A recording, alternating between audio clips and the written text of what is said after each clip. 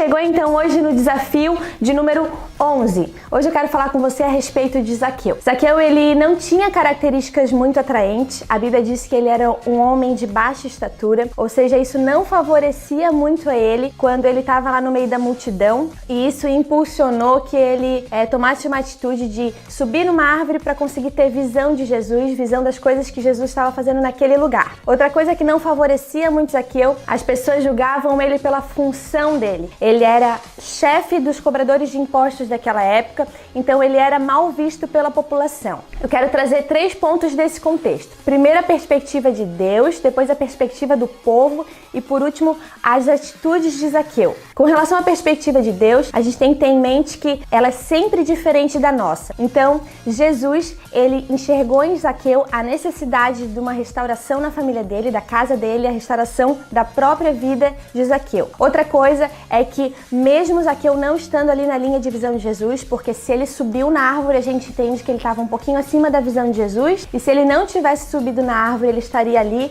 abaixo da multidão, porque a Bíblia diz que Zaqueu ele tinha baixa estatura, mas Jesus ele enxergou Zaqueu mesmo assim em cima da árvore. Jesus ele enxerga a gente de uma maneira diferente, de uma perspectiva diferente, e ele analisa a intenção do nosso coração. Ele não analisa a maneira como nós estamos, ele não analisou, na realidade, a função de Zaqueu, ele não julgou Zaqueu pelas coisas que ele fazia, por ele ser um cobrador de imposto, mas Jesus analisou a intenção do coração dele, a intenção dele de levar ele para a casa de Jesus ali, de pedir perdão e de oferecer o que ele tinha. Então, assim a gente entende que a perspectiva de Deus, ela nos bonifica com graça, ou seja, não depende daquilo que a gente está fazendo, mas ela nos bonifica simplesmente com a bondade de Deus, com a graça de Deus. Agora, eu vou para a segunda perspectiva, que é a perspectiva do povo. As pessoas, então, elas separavam Zaqueu por causa da função social dele, por causa da cobrança de impostos que ele fazia com relação ao povo. Mas aí Jesus disse o seguinte: este homem também é filho de Abraão. Ou seja, Jesus estava querendo dizer o seguinte: não separem ele é um de vocês, ele merece tanto quanto vocês. Então, na verdade, aquele povo não percebeu a oportunidade de restauração que Zaqueu estava tendo, tanto para ele quanto para a casa dele. E por fim, eu quero concluir com uma atitude de Jesus e com uma atitude de Zaqueu. Com relação à atitude de Jesus, que a gente busque incessantemente ter um olhar misericordioso, um olhar compassivo para as pessoas como ele tinha,